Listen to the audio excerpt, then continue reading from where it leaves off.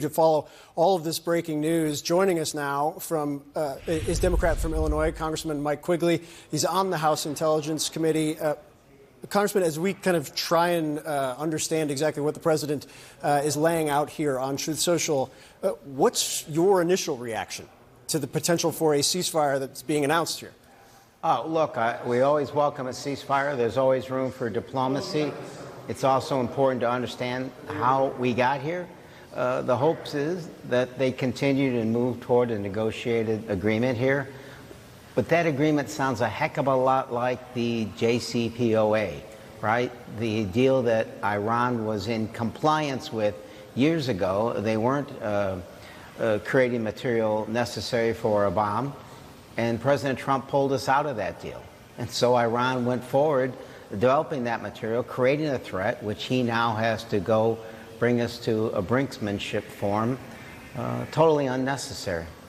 The administration was scheduled to conduct an all-member House briefing on their intelligence, where things stood in the operation from the weekend.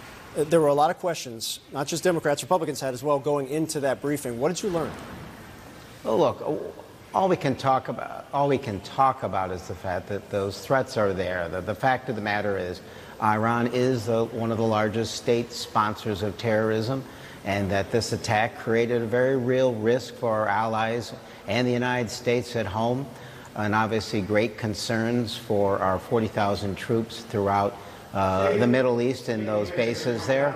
And look, as your reporting just talked about, it's going to take some time before we know where the Iran nuclear program is. I'll say this. It's extremely complicated. They're very difficult targets.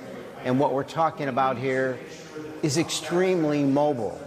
So I think it's beyond the realm of normal optimism to think that the system, the process, and where they're going has been obliterated. There are still very real concerns, but we're going to learn a lot more in the coming days and weeks. And again, I'm very aware there are very significant limits to what you can say coming out of a briefing like the one you were just in. But it seems to be what you're saying is the president's contention that the program was destroyed, obliterated, no longer exists, does not track with your understanding of things after this briefing. I'd rather put it in a more general way. I've been on the committee over 8 years, and whenever there's an attack like this, it takes a long time to fully assess what has taken place, what the actual results are. The fact of the matter is, it's an area that we're denied, and it's much tougher to get a true assessment. And generally, before the briefings, we all knew this stuff was very mobile. So I knew when the president said it was obliterated, it is the hyperbole of the president on a typical basis that nothing is ever going to be maybe or halfway. It's going to be total. And that's just not the way these operations work. They're never completely successful. Again, it's a difficult mobile target. It's really important context. Congressman, really appreciate your time, especially coming out of that briefing. Thanks so much. Thank you. Take care. Well, coming up.